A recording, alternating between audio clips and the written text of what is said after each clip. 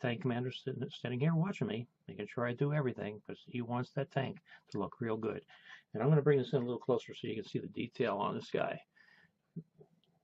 It all depends on how well you paint and everything else, but it's really nice out. And then the next step is going to be cleaning.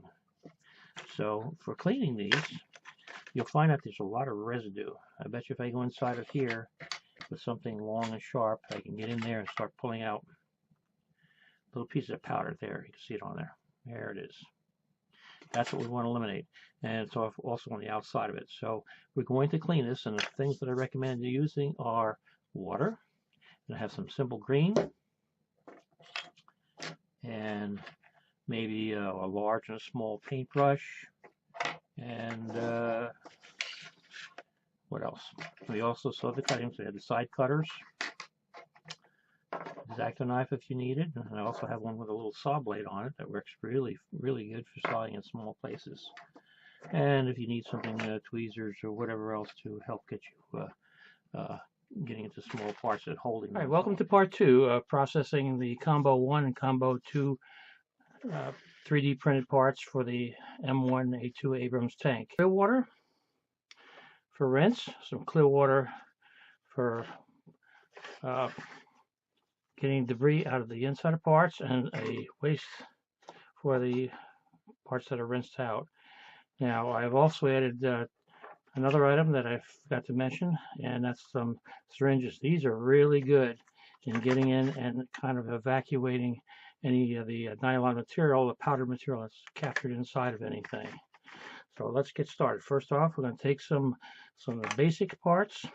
This is going to be my collection bin after I've got everything rinsed and cleaned. And so we're just going to take a level container here, and I've got some water with simple green, and I'm just going to pour that in here. That's a mixture of simple green and water, probably about 50-50. All right, and we're just going to start. We'll start with the big part here, the actual thing that'll really make the tank stand out. And not very many people have this, so hoping that this will go good on Shapeways and be available. A lot of people will purchase it and get their M1A2 tanks up to the modification that they use for adding these. And I'm going to just brush down all of the surfaces, make sure everything is kind of nice and wet, move it around a little bit. You don't have to brush too hard. This is just a little, what's called an acid brush, available in hardware stores or Harbor Freight. And we're just going to run it all over everything. Make sure any loose particles are broken free.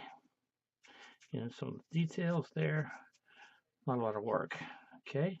Then I'm going to come in here and I'm going to dip it in my rinse bath. And you might have to, if you have a lot of parts, you may have to change this from time to time. And I'm just going to put it over my drying bin. Next one, we'll take the ice chest. And it looks like everything's pretty well good there. Down here, around the corners.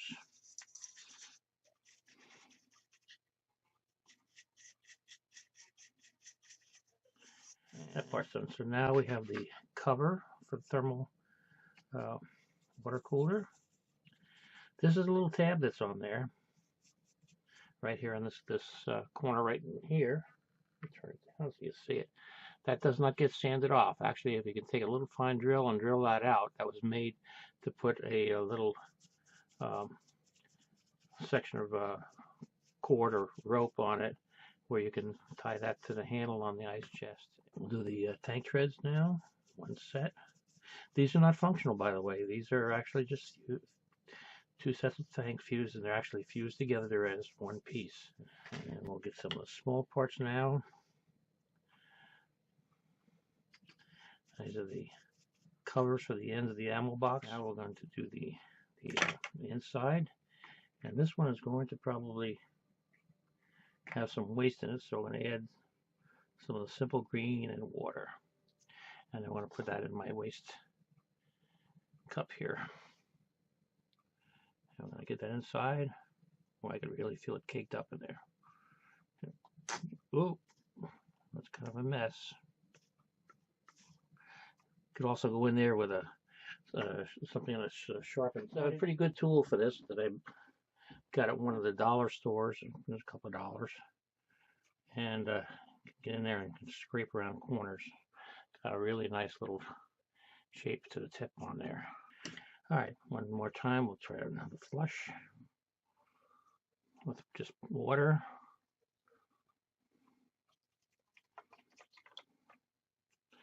And a little simple green and water.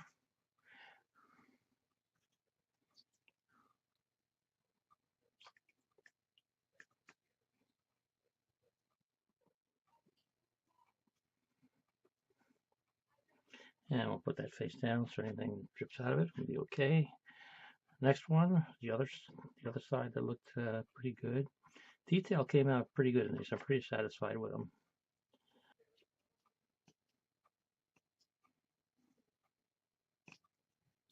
I'll check that out again.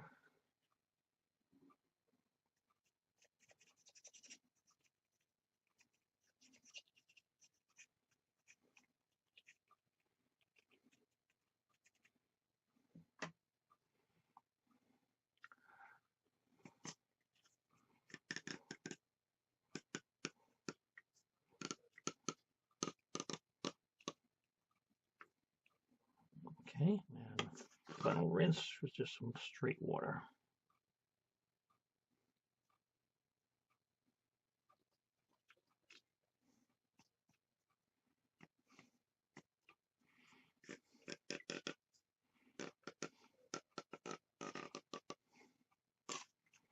All right, and we'll do the outside.